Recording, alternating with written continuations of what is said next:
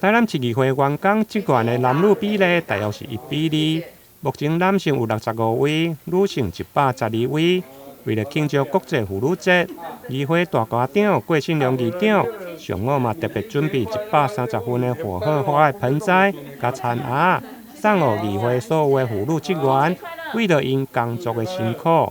一年一度的38妇女节呢，是一个非常重要的日子，也是所有全台湾尊重女性一个纪念很好的日子。那台南市议会也不例外。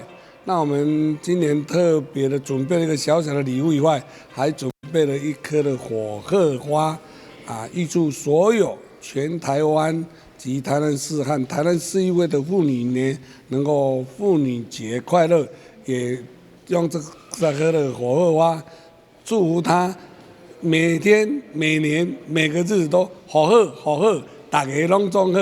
好，妇女节快乐！妇女节快乐！快乐！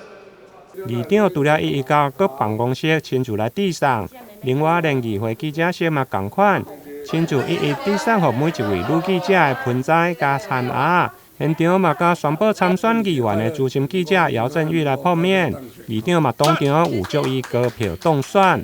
台南新闻因根采访报道。